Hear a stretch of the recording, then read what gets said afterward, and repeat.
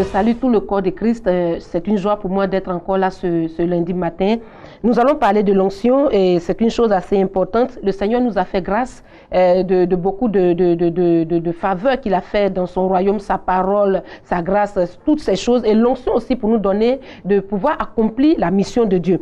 Et donc parlant d'onction, ce matin, le Seigneur me met à cœur de véritablement venir. C'est vrai, rectifier, mais aussi donner au peuple de Dieu de bien recadrer les choses dans leur cœur, dans leur esprit. Amen. Quand nous parlons d'onction, l'onction est vraiment quelque chose d'assez important. Blessing, tu sais, l'onction de Dieu, c'est la capacité de Dieu dans la vie d'un homme limité et qui le rend illimité pour les œuvres de Dieu. Amen. Donc l'onction est quelque chose de très important. Mais en même temps que c'est important, il y a aujourd'hui une manière de l'appréhender qui n'est pas aussi juste et qui nous donne de faire beaucoup d'erreurs. Il y a l'onction sur le plan externe. Et il y a l'onction sur le plan interne.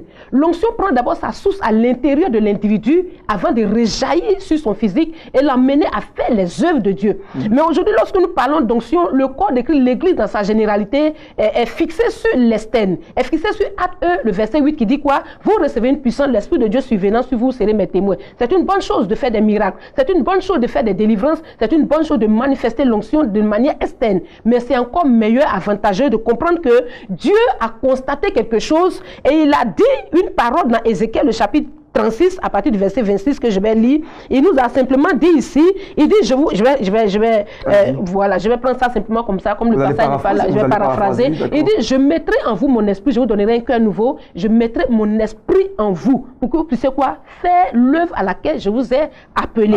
Et donc pourquoi? Parce que le constat est parti de certains échecs quand même. Il faut dire que ceux de l'ancienne alliance, quand nous prenons Moïse, quand nous prenons Élie, c'est des gens qui ont manifesté l'onction de manière farouche. C'est des gens qui ont manifesté, en tout cas, la grâce de Dieu, l'onction de Dieu de manière extraordinaire. Mais quand nous regardons toute leur vie et à venir jusqu'à Hébreux, le chapitre 11 qui fait un bilan, on voit qu'il y a eu de l'échec. Élie a fait descendre le feu du ciel, mais il a fui devant Jézabel. On a vu Moïse, lorsqu'il est dans une dimension de l'onction, on ne peut pas le fixer. Mais lorsque l'onction descend, c'est un homme colérique, un homme impulsif, un homme qui même, je dis, s'il n'était pas rectifié par, recadré par Dieu, il n'allait pas entrer dans le paradis de Dieu. Donc l'onction dans l'Ancien Testament était de manière externe. L'onction venait sur eux et ils manifestaient son onction-là. Et donc Dieu, au vu de ce bilan-là, établit un air nouveau, un temps nouveau, et qu'il annonce ici dans Ézéchiel 36, il dit maintenant. L'onction sera plus de manière extérieure sur vous. C'est-à-dire que le temps où c'est Emmanuel, Dieu avec nous, ce temps-là donne cette place à une autre dimension où maintenant ce n'est plus avec nous, sur nous, mais il prend racine en nous. Et c'est ce temps-là qu'il annonce, il dit, je vous donnerai non seulement d'abord un cœur nouveau, mais je mettrai mon esprit en vous. Donc ce matin, la dimension de l'onction en nous est une dimension que nous devons vraiment, je vais dire caresser, une dimension que nous devons vraiment aimer. Pourquoi? Parce que si l'onction prend sa source en toi, si l'onction a travaillé en toi avant de rejaillir sur toi, l'œuvre que tu vas établir sera une œuvre stable. Pourquoi je le dis aujourd'hui? Parce que nous sommes des témoins. Nous sommes des témoins de Christ, nous sommes des témoins pour sa gloire. Et lorsque nous bâtissons avec l'onction, quand l'onction ne prend pas sa source en nous, nos caractères détruisent ce que Dieu a bâti.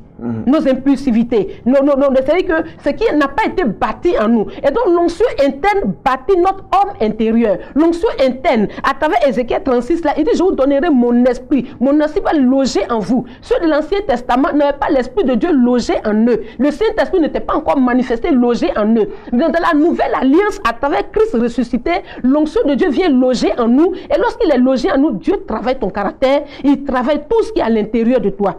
Blessing, je vais te parler de qu'est-ce qu'un bon prédicateur. Parce que quand nous parlons d'onction, c'est nous les prédicateurs qui aimons l'onction et qui voulons l'onction.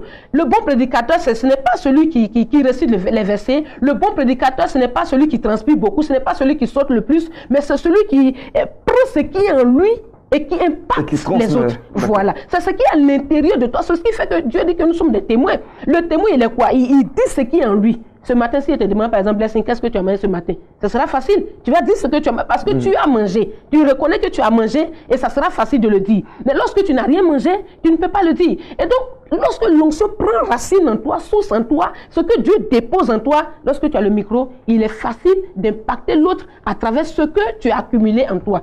Donc voilà un peu ce matin ce que je voudrais vraiment dire si tu as une question. Et ce qu'on accumule, c'est quoi? C'est notre expérience avec le Seigneur que nous transmettons.